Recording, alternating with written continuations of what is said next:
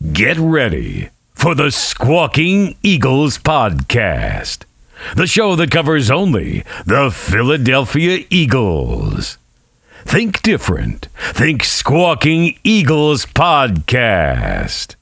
Hey, Birds fans. Welcome to the Squawking Eagles podcast. I'm your host, Mike, and I'm joined by Miguel and Mark. How's it going, guys?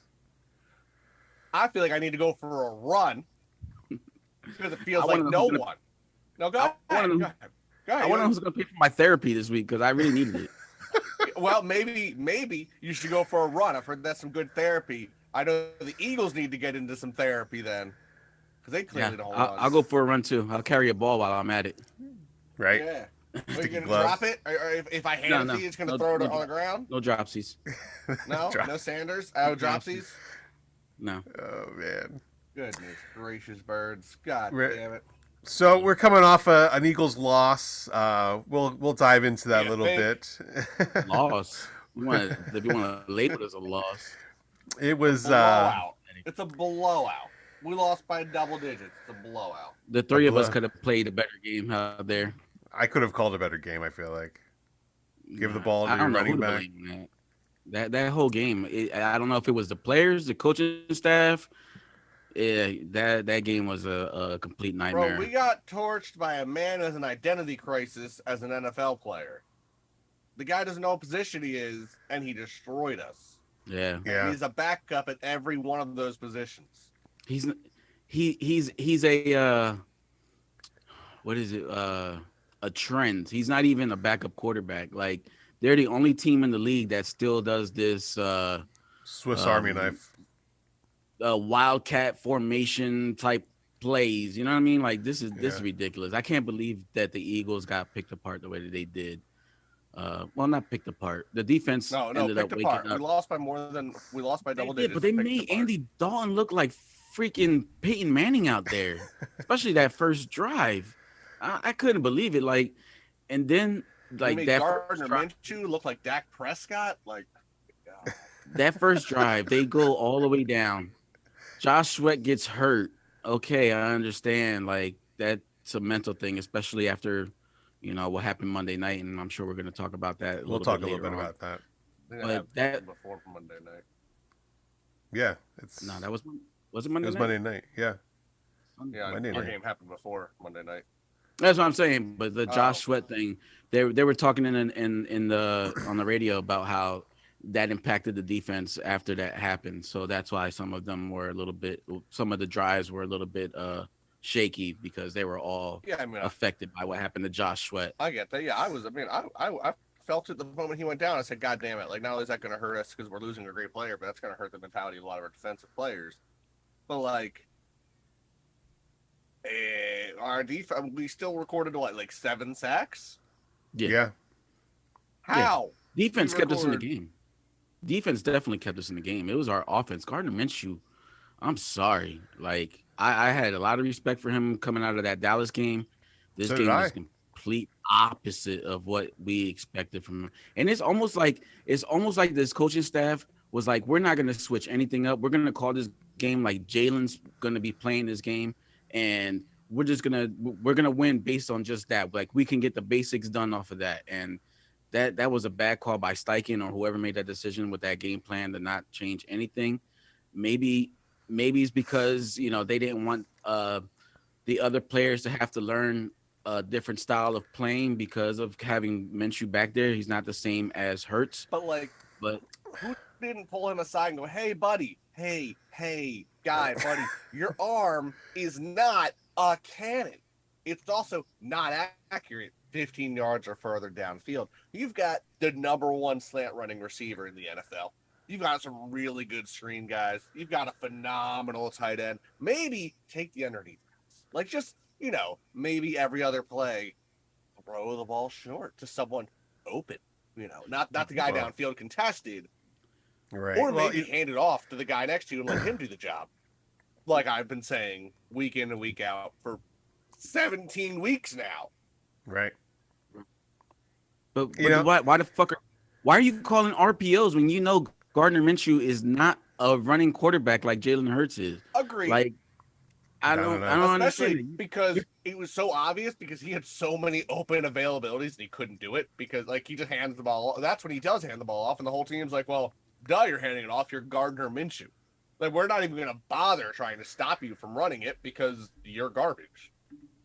Yeah, I was disappointed in that kind of play call. They were calling, like you said, Jalen Hurts calls, and he couldn't. It was more like it was better off if they just put him under center and let him drop back and screens the whole day, wide receiver screens, running back screens, or just run the ball.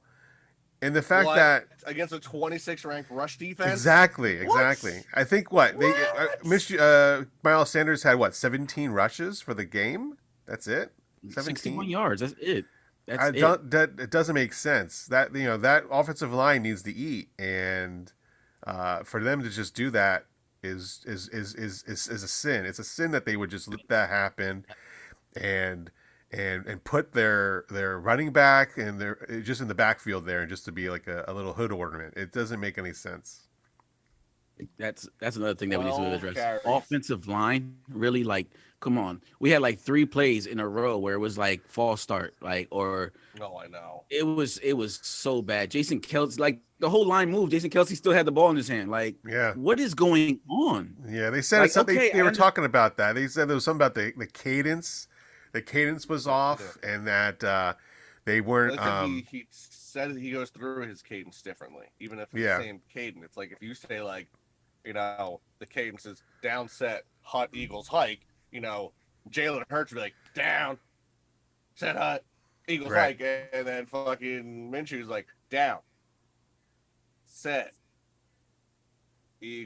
Eagle, and it's like you can't change it up like that, my guy. Like everyone is like the whole year we hear this repetitive motion, and now you're gonna just not. And that's what happened. They said they changed. I think they said Jalen Hurts uses a bit of a silent cadence, and Minshew does not. And they were kind of thrown off with the fact that the change. But wouldn't they have like figured that out against the Cowboys, because they didn't do that during the Cowboys game, and it was a lot louder for them to be doing Exactly. a cadence. So I don't. Why didn't they just use the same thing? Why didn't they just do the same thing in Dallas? Like that's what I would have done. Why change anything? They changed. It was completely changed. I think they were all a little too hype on their feet for the Dallas game. It was a bit of a come down into this, and we just didn't think straight. I mean, I was hating on Miles Sanders a week ago. Now I'm still not happy with him, but he averaged 5 yards a carry, and we didn't Right. I'm sorry, that's good. Give that man the ball that day, and it's been his whole history with us. He's got great games, he's got bad games. That could have been a great game. That could have been a Miles Sanders, I'm having a good day, y'all need to bow to me game. And instead we're like, but I'd rather have Gardner Minshew throw the ball 32 times Yeah. and complete like 50%. I feel like Hurts. I think they thought that Hurts was going to play that game, and last minute they pulled him out, and they had to stick with the game plan that they had, because there's no other reason why they played the way that they played that day. Like it doesn't anything that you may say doesn't come to my mind. Like there's no explanation other than they thought Jalen was going to play, and then the last minute they pulled him out and just left the game plan the way it was. It still It's shouldn't the be only that explanation I can drastic. think of. Yeah, that's the It only was explanation. bad. Yeah, I agree. So it was. I really took. The good thing to take away from it is that the Eagles had a good sacks, had a lot of sacks, and they've first team ever to have 4 guys in double-digit sacks. That's So pretty the good. beauty of that is that if Fletcher Cox decides to have a day today, Yeah, we could have 5. He is at 7 right now. he's got to get 3 sacks. That's He's got to get 3 sacks. That's a But lot, Does he play today? but I think he does because we need the win. I understand that the Giants are most likely resting players. There's no reason for them That's to the use talk, starters yeah. because they can't change their spot. I mean, unless they just want to play spoiler, but you don't play spoiler and risk your own team. That's just silly. right. So they should rest. So you're saying you're going to have the backup to whoever's backing up to Daniel Jones. I don't even know. I don't know. I mean, it would So Mike Lennon? No, he's Maybe. with the. Who did he sign with recently? He just signed with somebody. Maybe the Panthers or something. He's not their backup this year. I'll have to look it up. CJ Stroud, I think. But either way, it's not out of the realm of possibility. I think Cox has had a 2 or 3 sack game in the past. He could do it. It'd be amazing if he could do it. I would love that. But overall, we do 4. Be kind of cool to get 5. Just saying. Yeah. AJ McCarron is their backup quarterback. Yeah, He's an Alabama quarterback. He's thrown a total of 174 passes in his career. Yep. 4 games started. 3 interceptions. Out of 174, 3 interceptions. It's not the worst stats. Yeah. He's probably played garbage minutes though. So. Yeah. Well, it's a tough call to rest your guys a week ahead of the playoffs. But what do the Giants really have to lose by not playing their guys? Play their guys because when they're going to lose in the first round anyway. Why set your guys back a week? Possibly. I don't know about that. You think the Giants have a playoff win in them? They don't even deserve to be in the playoffs. Yeah, but neither do the Cowboys, and the Cowboys aren't getting a playoff win. They never do. No, the Cowboys are losing to the Bucks. Cowboys are losing to the. Right. Yeah, I mean, let's see. Hold on. Also, real quick, I know it's off topic, but I just gotta ask because I gotta know. Hold on. What? You can dive into it. I also want to chat about DeMar Hamlin a little bit before we get into anything more else. So go ahead. Let's talk about Hamlin. So yeah, we on Monday night, right? I guess pretty much with 8 minutes left in the first quarter, he went to go tackle T. Higgins, and it was a clean tackle, a normal tackle that you would have seen. I guess T. Higgins put his shoulder in his chest. Hamlin stands up from the tackle and collapses. And really, maybe everybody was thinking concussion or something, but it turns out that he had cardiac arrest on the field. They had to perform CPR. And then, they had to take him to the local hospital where he was in a medically induced coma overnight. And luckily, he, wakes up, was able to write down and ask who won the game. That was his first thing he said is, who won the game? And the doctors say to him, you won. You've won the game of life because he's here. He's won. And so, as of this recording, they just took out his breathing tube. So that's another good sign. And that his brain activity is okay. He's not, no brain activity lost. So were you two watching the game at all when that happened? I had just walked away from the game maybe 2 minutes before that hit. Oh, wow. Mm-hmm. I was watching WWE at the time, and one of my friends texted me and told me to flip over, and then I rewound and saw the play happen. Yeah, wait, it didn't look any odd. It wasn't like an odd tackle or anything. But the community outpour for this guy has been amazing. He has this local Pittsburgh toy drive that had a GoFundMe page for $2,000 on it. And it's now well over, of this recording, well over $6 million. The community has just really outpoured in this guy. And just this morning on Sunday, the Bills, his contract is a 4-year, $3.4 million contract. And if he goes on IR, his pay gets cut. And so they're making that a deal with the NFL is that his pay isn't going to get cut at all, so he's going to have his full amount while he's on IR, and that's a real class act by the Buffalo Bills and NFL. So yeah, it's really great. The Bills for taking that initiative. Yeah, his charity drive, by the way, is at $8 million now. Is it at $8 million? Wow. $8 million now. Yeah. Wow. Hold on. His goal was only a couple thousand. So yeah, it was 20. It was 2,500 before the game, and then it's now $8 million.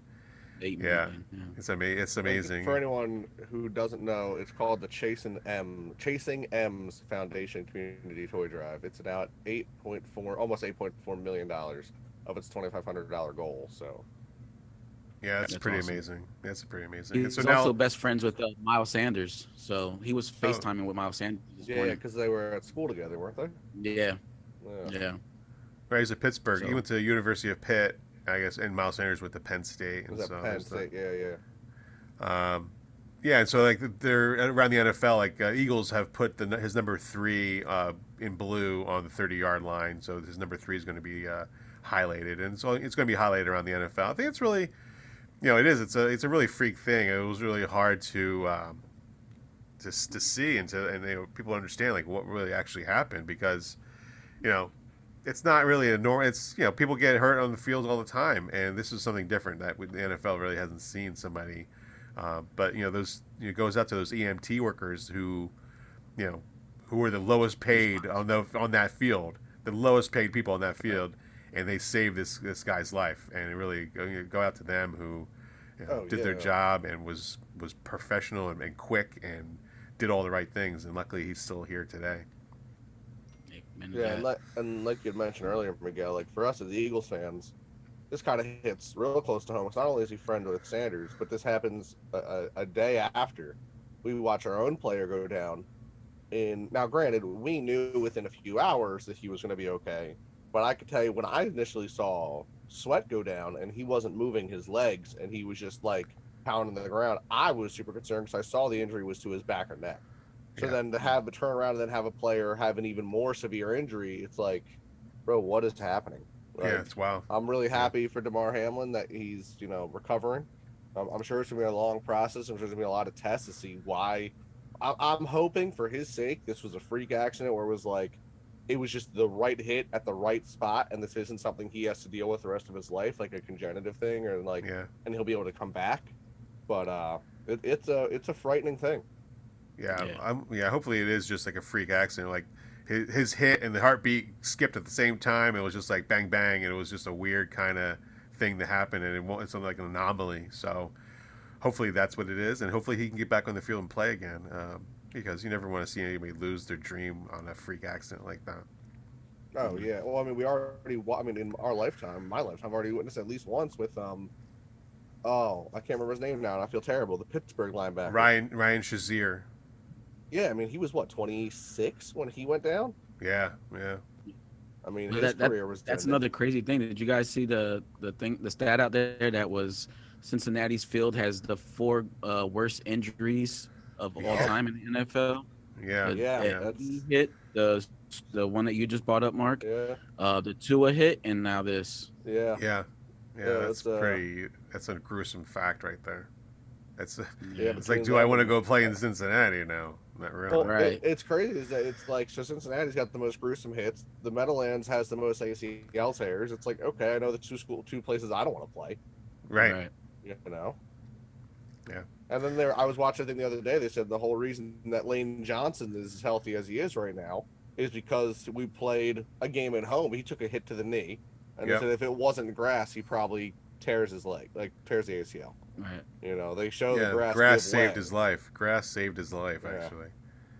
That's insane. Yeah. So honestly, prayers out to Damar Hamlin. Yeah, definitely. We obviously hope you a very speedy recovery. Hope that it is, like we said before, a freak accident. Would love to see you back on the field one day if that's the path you choose to. Yeah. Continue. So good luck to him, and definitely our thoughts and prayers are out for him and his family and all those doctors taking care of him. So yeah. Amen to that. Yep, definitely. You said this is going up on video? Yes, it is. Yes. All right. Well, for anyone obviously is new to watching this, every week I usually have an eagle behind me based on what's happened, who I'm, mad at or happy with. But Damar gets a spot this week. He deservedly so. Yes. I agree. Good move. Yep. Nice. So moving on, we got a game. What? I'd like to you mentioned before all this, we're talking about the Giants winning a playoff game. Yeah. It's Minnesota. If that game's prime time, the Giants could very well win that game. Well, it will be. It will be prime time. So, Jets, so the Giants could win that game. Yeah, that's kind of the scary. Giants could have a playoff win. So we'll play the Giants. We'll have a bye week, and then we could play the Giants. Yeah. Wow. Wow. Well, that's another question that I wanted to. I'm sorry, bring we would play to Dallas, Tampa. I'm looking at it wrong. Giants would play San Fran, Seattle. Yeah, that's another question I wanted to bring up to you guys, being that today's the Giants game and how to approach this game because of that factor right there that you just brought up, Mark, was they play the Vikings the first round. I think the chances of the Giants beating the Vikings are pretty good, especially with Kirk Cousins playing in prime time. Like, so do we go out there with our starters and show our complete hand at this game, or do we just I think we vanilla offensive play with this game? I can't even speak right now. But how do we approach this game? Like, we need this win, period, just to lock up the 1 seed. Okay, I get that. Yeah. But I'll give you 2 schools for this. One, I think we do go out with our starters. I think, especially if they're not starting theirs, we go out, we put the game away within the first or second quarter. And I think I've been saying that for the last 2 weeks. That's what's killing me. Because I've said that the last 2 weeks, and it's not happening. But the Saints wanted to beat us. Let's be honest. The Saints and They the wanted to Dallas badly. both they still thought they had playoff life. They Well, thought They won and and won they and got were mad at eliminated us. at the same time. Yeah, but they also hurt us for their pick, and they don't. That was fun for them. Yeah. Dallas wants to get there because they have a chance to get that seed. The Giants don't have that. If the Giants start Saquon and he tears his ACL, their chance of winning is gone. Right. If they start Daniel Jones and he gets concussion, their chance of winning goes down to like 50%.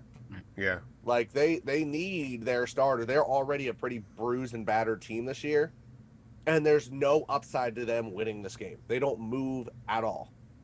Yeah. Even if Dallas loses this week, they don't move. Like there's nowhere for Giants to go. So I don't think, as much as I agree with you, the last 2 weeks I felt the same. We should just put it away and get it done and over with. Those are dog fights. I don't think this is a dog fight. I think the Giants, as much as I'm sure in New York, I've got a buddy. I'm going to go watch the game today with a buddy who's a Giants fan. I know he wants the Giants to win. I know Giants fans want them to win. They want to spoil it so badly for the Eagles. But I don't think it matters as much to the team because they just even if we lose, we still then we face Tampa and then we face Dallas at home. Like we don't. That doesn't change the playoff bracket where the Giants are. That doesn't move at all. If we lose this game, we drop down to the 5 seed. Yeah, which is unreal. Yeah. But so we're not losing this game. The Giants, I don't think, are going to start their starters. It's not worth injuring. Like you need Thibodeau healthy, you need Saquon healthy, you need Daniel Jones healthy. Your receivers, I don't even know their names anymore because you lose them all. So you need whoever you have left to be healthy.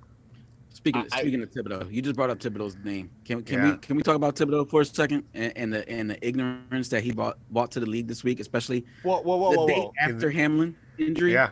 Do you want to discuss that? Granted, you can say whatever you want. I watched the play. Okay, I understand what he said. He did not realize that Foles was still down when he was celebrating. I understand that. Yes, it looks bad. I know from personal experience playing games, you don't always see what's behind you. No. It's kind of like do his crawl and someone not get up. So I can't, as an Eagle, can't say harsh things about it when we've done it. Thibodeau is an Oregon Duck. He's an Oregon Duck, and so Mark is biased on this guy. So I don't know. Wrong, but I don't. I never once has Thibodeau been a dirty player. I'm not saying ignorant that he's dirty. asshole like that. But no, I'm not saying that at all. Right there was not me. I don't think that he was doing that knowing that he was down. Like he said, he was apologetic. He didn't realize he was down. Mark, I'll insert the video right here. You have to at this point. Third down for here comes Thibodeau. Thibodeau with the sack. Back at the 41. The rookie out of Oregon with a big-time play. Oregon State, big-time play. Because, Mark, he was doing his little stupid snow angel celebration, tapping Nick Foles in the shoulder while he's doing it. You're not in the ear hearing Nick Foles groaning in pain, holding his rib cage. Like, you don't hear that. Hold on. His teammates aren't saying, hey, he's hurt over here. You know what I mean? Like, let's continue to make snow angels. Slamming him down. Like, come on. I will agree. His teammates should have been like, "Yo, bud, like, Get I up cut it out. The guy's hurt." Because that's been an Eagles thing. And I'm saying, I've watched Cox drill a quarterback, do his crawl, and that quarterback's down. But he's doing his crawl. And I've seen Graham Carter be like, "Yo, bud," and he gets up. The rest of the Giants players, no one told Thibodeau, "Yo, man, he's okay." All right, fair enough. The rest of the team. I don't blame the guy because I promise you go out there on the field, you sack Dak Prescott, do your celebration. You don't know you just broke his leg. Okay, you brought the wrong quarterback. That's the wrong quarterback to say that to. Yeah. First of all, I'm going to defend Nicky Foles to the end because Nicky Foles means the world to the Eagles fans. You know what I mean? Exactly. But at the same time, in the media, the following day after Hamlin's injury, you come up with an ignorant comment talking about, "Oh, I didn't know," and who was the gatekeeper and this, that, and the third. Come on, dude, man. You can't just take the moment and be like, "Yeah, in the moment, I didn't really know," and then, say some type of apology. No, this guy doubled down, especially after the Hamlin thing. You know what I mean? So it's just like he's just look. Let me tell you, Thibodeau is my new favorite hated player. I didn't see the comment after the game. Besides, I didn't see. I only saw the part where he was saying, I didn't realize he was down. I didn't see anything else part of that. So I don't know those. I'll check the quote. Yeah. But I will say, in the moment, I understand him not seeing the injury because usually when you sack a player, they have to get up. You go do your celebration. It happens all the time. Some quarterbacks get up slow. Some quarterbacks get up in pain. It happens. But I stand by it. I do blame the rest of his D line for being like, "Yo, bud, like, he's not getting up." Yeah. That's the thing. As a teammate, that's your job. Like if you score a touchdown and you're like, I've seen on offense, I've seen a player get hurt. They score a touchdown. They're all celebrating. Someone's hurt in the back. And you see a receiver run up to him and be like, yo, hold on. Like we lost someone. Or, hey man, there's a flag, and a different story, but like, they're all excited. We scored. It's like, but we didn't, And it's like, you got to be that teammate to tell them, like, yo, there's something else going on here. Like, stop your celebration. And no one did. And to me, that's on the rest of the team. Yeah.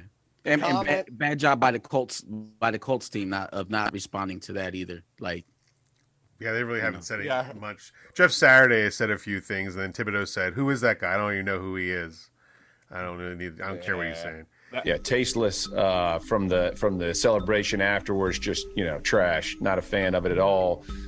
What do you think of the Colts coach publicly saying those things about it? I don't know who he is, so I'm not really too concerned about people who comment on me and I don't know. You said the Steph Curry thing, and I get it. I understand the celebration, but you're doing it when the guy's on the ground. You have a negative look. That's what I'm saying. Who's the gatekeeper of when to do something? So once we figure out who the gatekeeper is, then we can write the rules and then we can establish, the narratives and things like that. But until, you guys actually are in the sport and do it and be in that moment, you can't create a narrative on it, Well, we're not creating a narrative on it. The other team's coach had a problem with it. He's the guy who played the game. The other team's players had a problem with it. No, I just don't know who, like anybody who commented on it, unless I know who they are, doesn't really affect me. That's it. Did anybody here, like coaches or teammates, tell you, hey, like next time, maybe handle it a different way? As far as handle what a different way? The celebration, the optics of it. No. Not your event. There's no. I think, when you play a game and you're high emotion, you're high adrenaline, like no one, you see Smooth, right? Smooth comes in to make a hit and he stops because of the game and the penalties and the flags and all of this. So what am I supposed to do now? Like every time I sack a quarterback, stop and look and make sure that he help him up. And you know what I'm saying? Like, not to say that you don't play the game for anybody to get injured, but I play defense. They brought me here to be a savage and to take over the game and to impact the game, right? We preach, impacting the game is affecting the quarterback, and that's what I'm here to do. So he said some quotes that are like, "Oh, is this guy really playing with a full deck here? We're not sure." I'm like, so I really wanted to hear Mark's take on this whole thing. I'm glad you brought this up, Miguel. Coming from an Oregon Duck fan back there, and this guy is plastered all over the internet about what he was saying and what kind of snow angels he was making making snow angels next to Nick Foles' lifeless body. So right, yeah. I mean, after a sack, you celebrate. I think I agree with you. We could be aware of yourself. I got up. Yeah, you gotta be aware of what's going on around you. I always like to say, there's more than one person in this world, and you are in a field with 23 other guys. So you've got to realize that, you may have done something that might have hurt someone, and, be respectful. That's all we're saying, is just be respectful. I'm saying, like I said, I understand his take on it, because I'm thinking, like, how many times have you seen quarterbacks get walloped on a sack? Yeah. And you think, if Foles had fumbled that instead, no one is seeing Foles injured. And he's not celebrating either. Well, not unless he scoops and scores, then he's celebrating even more. Right, that's a different story. But I think is it though? Because he's hurt. It makes it look worse because Foles was laying right there. If he had scooped it up, if he had scooped it up and ran all the way to the end zone and started doing, that's a different story. That's a different thing. Yeah. But he's doing it right next to his body. You can see him like rolling in pain, and he wasn't quiet about it. He was loud about it. And does this guy have earmuffs on? He didn't hear anything that's what Foles was saying. I'm sure he put out some, gosh darn it's out there, or dang got it. Yeah. He does hit Foles with his arm twice. Yeah. Okay. Which I'm like, okay, the guy's down, has to get up. It's a little long because like the trainer does get out there before he notices there's an injury. He's finished. Yeah. But here's the part that kills me. There is a teammate right there, like, yeah, good job. No. Teammate, I gotta see who that was. Whoever that was. Wait, watch the clip completely, because he goes to the sideline and he does the go to sleep that the clip doesn't go that Steph Curry does. Oh, he was playing to make Foles asleep, or he was putting the game to sleep. Right. Goes to the sideline and he goes like this. I'll have to find that clip and put that in here. All right, too. It does not show the number, but there is whoever does it. I'm gonna find your number, bud. I'm calling you out. You're celebrating with your teammate. I get it, but you got to understand when Thibodeau's down, not looking at the player next to him injured, and you clearly see the guy injured. That's your job. That is on you right there, my guy. Yeah, that's fair. That's the Giants. That's New York for you, though. What do you expect out of New York? Disrespect. And I kind of wish there was a Giants fan on here to talk about this and to defend whatever it is, but Giants fans do not want to wander out onto the podcast for some reason. I'm not sure why. They're scared. They're scared. They don't want to talk. I did just find the go to sleep. Yeah, I get it. He's doing it to the crowd, but my guy, that's a bad look. Bad luck. Thibodeau, bad luck. I love you. That's a bad look. Yeah, that's a bad look. I just got his jersey too. Oh wow! I'm collecting jerseys from Oregon players for every NFL team. We remember this. I've got Mariota. I now have Thibodeau. I need to get. And by the way, like I'll never wear it. That goes against teams. We're fans, but if we buy jerseys from other teams, we're not fans. I don't get the logic here. I'm buying college players. But they're NFL jerseys, my friend. NFL jerseys. I'm not rooting college for jersey, different story. Hold on. But I'm not Garrett Blunt wearing that jersey. I'm not rooting against him. I need to get Blunt. Blunt's on my list of people to get. I might actually get him as an Eagle because I need to have I don't have an Eagles duck player yet.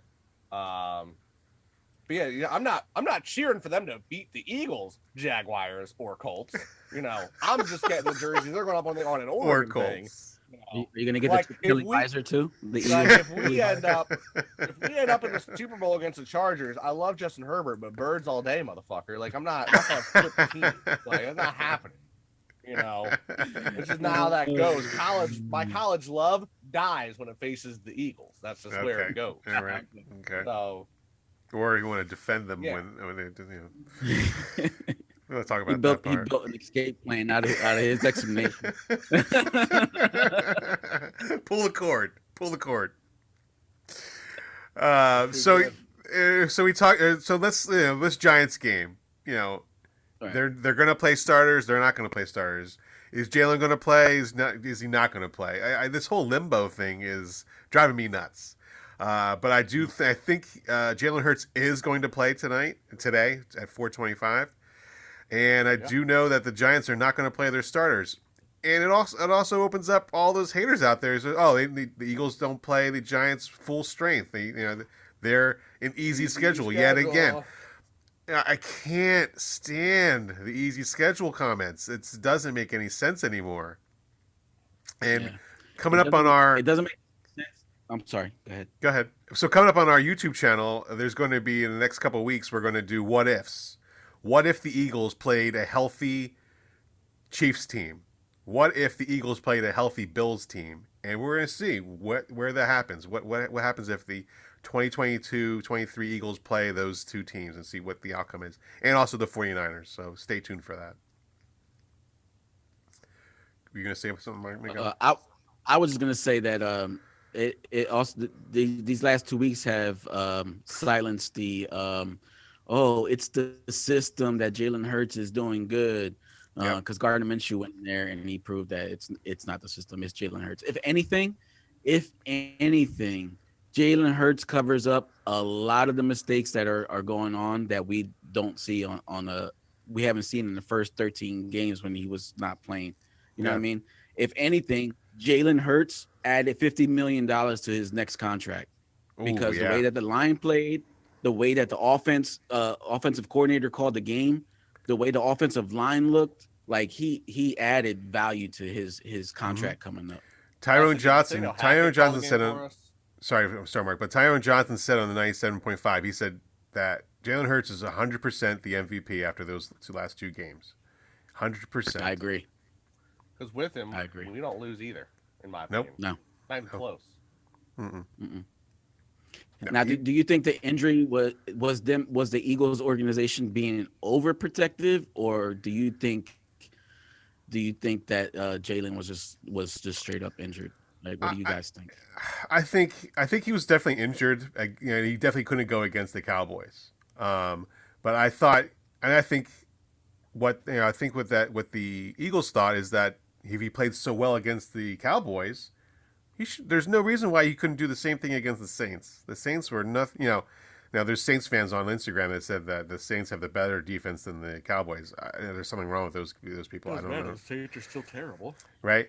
So I said, in the playoffs, Saints fans. Yeah, you win and get eliminated. So I want to hear about it. It's you might have won the game, but you're still eating this L of a sandwich. So yeah. So I think that they had that thinking that Gardner Minshew can handle the game and be able to get a win out. And totally different Minshew in that game. Totally different. Like, he was not the same guy. Like, he looked hesitant. He was pump faking and like holding back his passes. He was not. He was just not there. He was just not great. It was not great. It was hard to watch. Like, I had to it was hard for me to record because I was so angry at this game. Like, usually I'm like, they're like the AJ Brown like touchdown. I was super excited, but I was like, I can't be. I'm not even excited because what happened? Like, what's going on here? Like, this shouldn't be a close game, and we need these big plays to get back into it. And it was not at all what I thought it was going to be. It's crazy I was with screaming. that touchdown called back that like actually cost them. Oh yeah, that was horrible. Yeah, the guy's falling to the ground. Right, and I understand. Like, we started the game on defense. Why we came out so soft? We didn't set the tone on defense. We should have went in there and just straight up blitzed on that first drive. Get Andy Dalton out of his comfort zone. Shut down Kamara real quick. Like, they came out and just played soft zone that whole first drive, and then that's our Sweat got hurt. That's and all can't he stand does. it. Can't stand it. Like, they let him. Go. I think it was the drive was like their longest drive of the year. That was their longest drive of the year in that first drive, and it just that was so difficult. No. So this game today, Giants Eagles. It could be an easy victory for the Eagles. Just go out there, take care of business, and move on. Should be. Yeah, they should be. They should be able to do that. Like, that's why you never say should. You shouldn't should all over the place. But after the past 2 weeks, you better go out here and win this game. You better not go into the playoffs 3 games and then have a 5th seed. Now you're a 5th seed, and now you're just a joke. You're a complete joke, and I don't want to hear that from people. I got people on Instagram. I got people on Instagram texting in saying, I'm here to educate Eagles fans about their team because they don't know how to root for a team. They don't know how to discuss a team. I'm like, dude, why are you even here? Like, why are you? No one's asking you to educate anybody. Like, go find another place to troll around. Nobody needs you or wants to hear anything you have to say, because it's the same old shtick that people say. It's like, oh, they're an easy schedule, and oh, they're a weak team, or Jalen Hurts hasn't played against a good defense, or oh, Jalen Hurts only played against Michael Parsons when he was injured in the first. I'm like, Michael Parsons was not injured that first game that Eagles destroyed the Dallas Cowboys defense. He was not. And so it's all right. And so I need them to realize that, Eagles need to win this game, and they need to win their first playoff game and their second playoff game and their third playoff game. Facts. I just hate that after the Bears game back in, prior to Christmas, we're like, all right, easy. 1 win left. We lock up the number 1 seed. We're on a roll. We're good. Now it's January. And we're like, we still need that win. Yeah. It's tough. That's tough to swallow. I think Minshew, I hope I'm going to say this. I think Minshew's put a lot of the Dallas game in his mind, because you look at that game.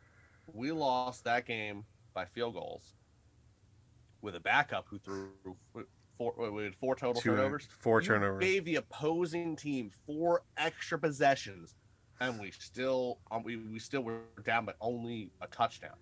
Yeah, like that's the last minutes, the last seconds of the game. That's a game. Yeah, that's a game he should have had. That's a win that we could have had right there. We should have, and I think it would be hilarious. But I think he put so much emphasis in his mind to the fact that those turnovers cost us that he got real antsy playing the Saints. Granted, we should have put the ball in the running back's hands just a bit more. We scored on one, it got called back.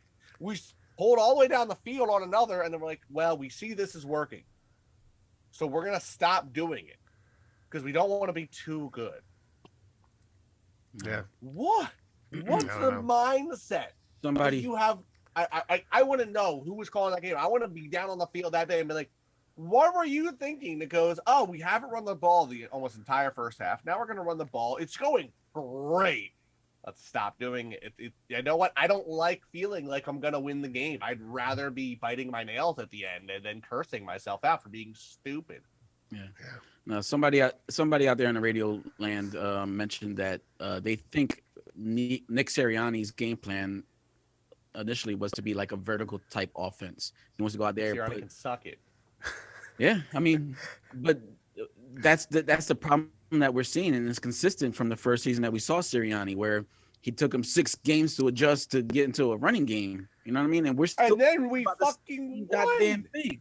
Like, it's ridiculous at this point. Like, stop with this vertical offense. Go with what works. Stop trying to think you're going to reinvent what the NFL is. Just stick to what works. Running the ball. Run the ball, sets up the passing play, sets up play action, sets up everything else in your offense. Like, come on, guys. Like, we get away too far out of this.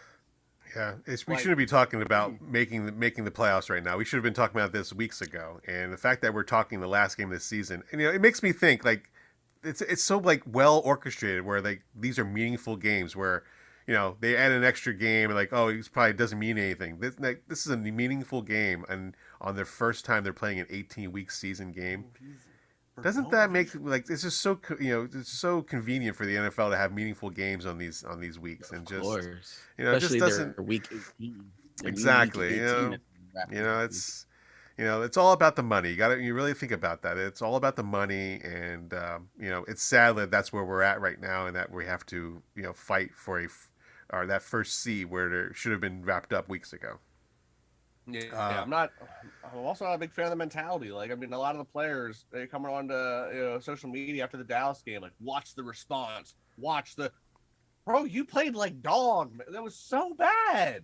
Like, I'm sorry, if you're a captain, Hurts, I understand injured. I get he couldn't be part of it. Honestly, could have pulled aside them and been like, hey guys, I'm not out there. Run the ball. Yeah. You don't have me to make those plays. Minshew's clearly in his own head. Run the ball. Yeah. No.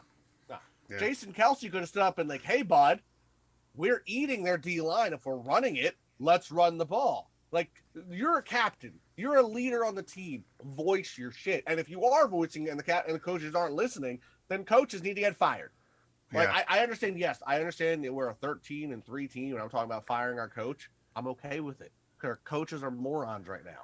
Make the changes, because if you don't make these changes, this is what doesn't work in the playoffs.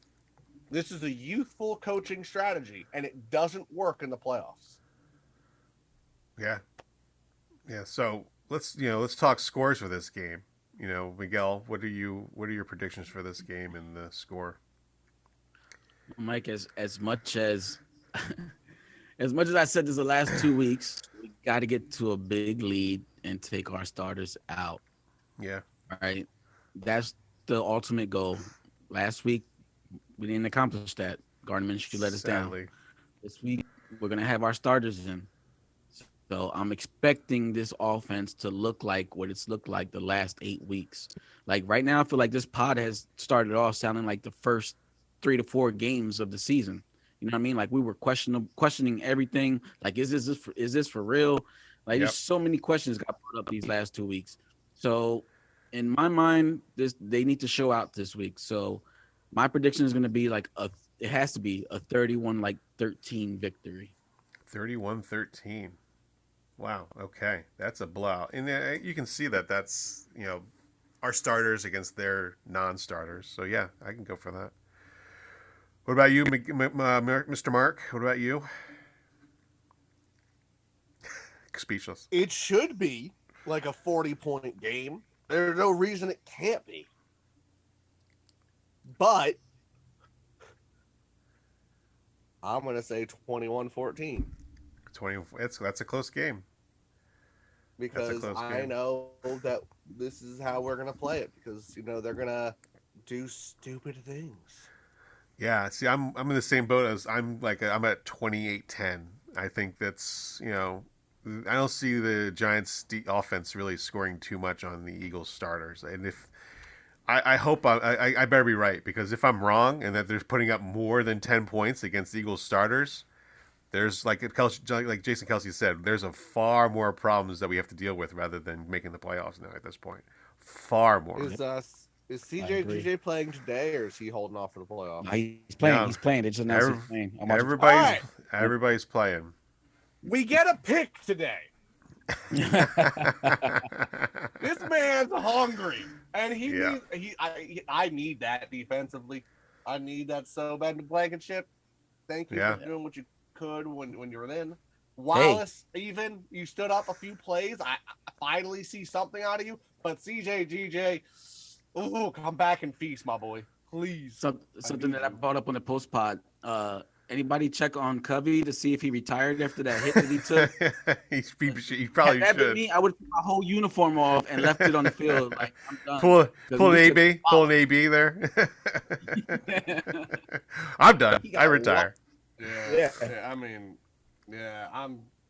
but like, all right. I know. Obviously, I feel like some of us have already realized it. I know there was a lot of talk over the summer about our pickup of Brown and other players. I think CJ has been one of the biggest. Like, that man deserves to be a Pro Bowler.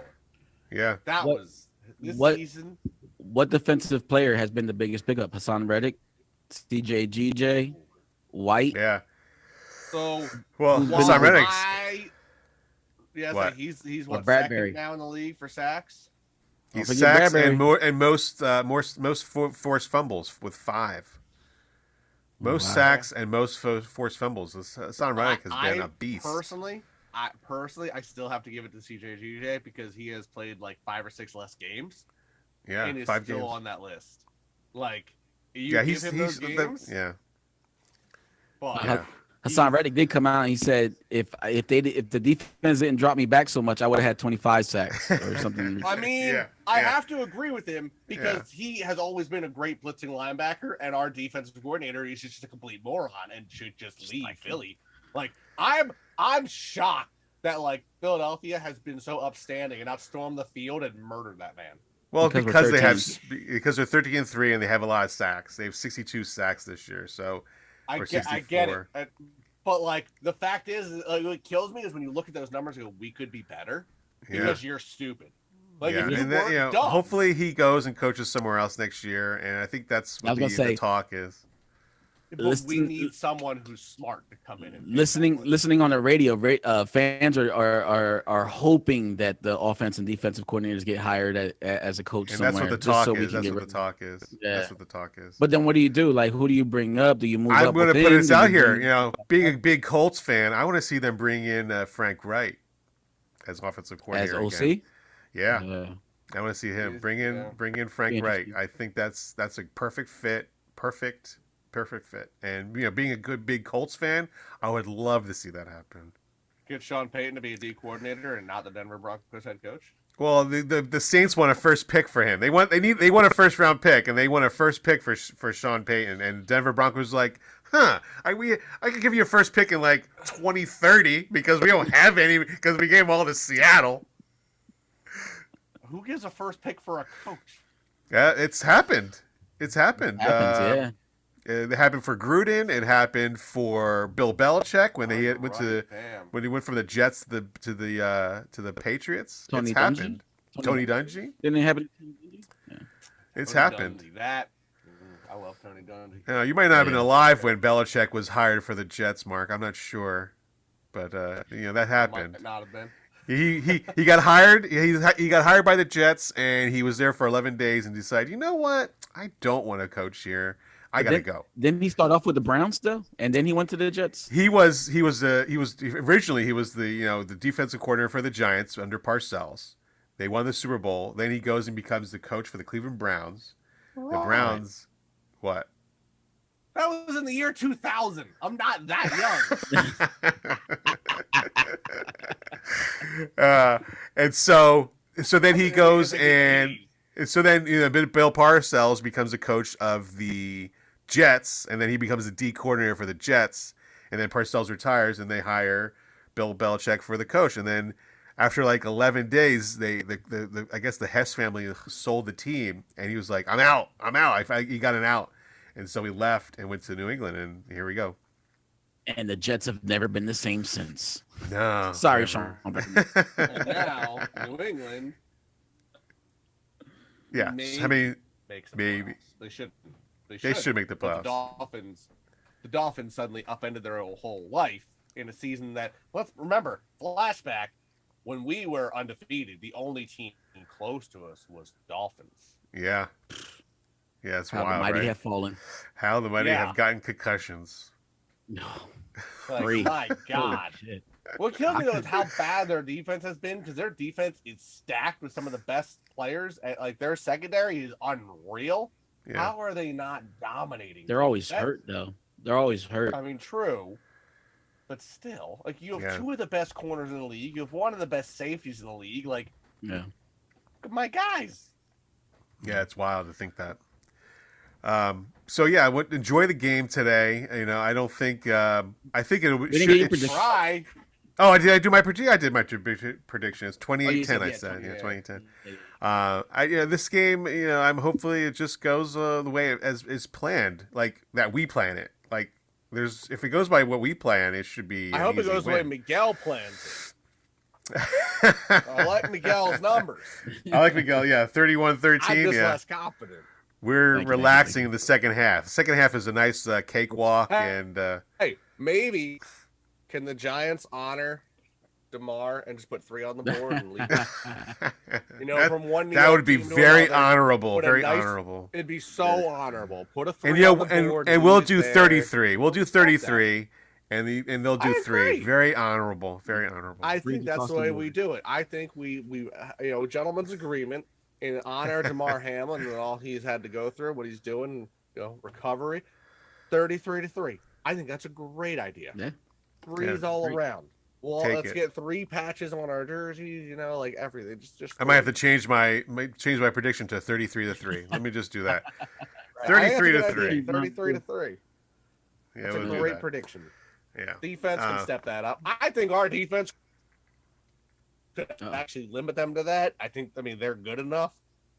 Yeah, they are. They should be. It should be very easy to limit them to 3 points. Backups. Was there a delay in my voice? A little bit. a little bit. There was, yeah, it got cut out a little bit. I Sorry. could hear myself coming through Mike's mic. Oh, my talk is it too loud? I guess. No, it was just that one time with the delay. It was like I sat there and listened to me talk to you. Isn't that what you always do though? Isn't that what you're always doing? I guess. I guess. I guess. All right, so enjoy the game. Let's hear those. Let's see those. Oh, you got something? Go for it. Go. Before you cut 2 points real quick. Go. How about let's give a hand to Dougie P and the Jaguars for making the playoffs last night. Yes. Yeah, buddy, let's go, Jags. I can't believe the Titans got. And one question that's been on my mind this week, and it's a hypothetical question, right?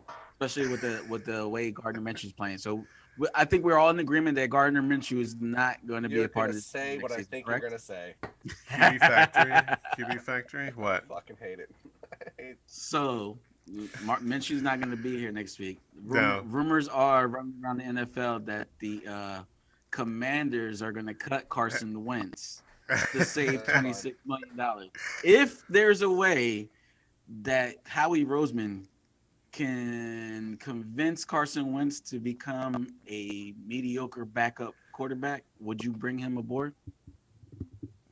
Do you want to go first, Mark? You want me to go first? You go first. I'm 100%, if not whatever, 0% that no, he cannot come in here. He cannot come in here and be a backup, scrub backup quarterback because his head is too big. He has fallen way too far from graces from any Eagles fans. Eagles fans would not like that call. I would not like that call. It would be not great. And Carson Wentz needs to go play for the Jets, and just go. Try to. Derek Carr. I'm excited to talk about where these guys are going to go in the offseason. That's going to be a fun podcast. That's going to be a fun podcast. But no, Carson Wentz to the Eagles. That would be no. Yeah. Mark? All right. So I will say, my first thought you were going to say is drafting a quarterback. Oh, no. No, we're going to definitely do that. We're definitely drafting a quarterback. If it's anything before the 5th round, I might scream. No, you have to draft a 2nd-round quarterback. There's no question about it. We are a quarterback factory. I will strangle you. Quarterback factory. Media passes. Howie Roseman, I'm coming, boy. Draft another quarterback. Look, in one sense, if Carson Wentz's ego could just be removed from his body, he would probably be one of the best backups in the NFL.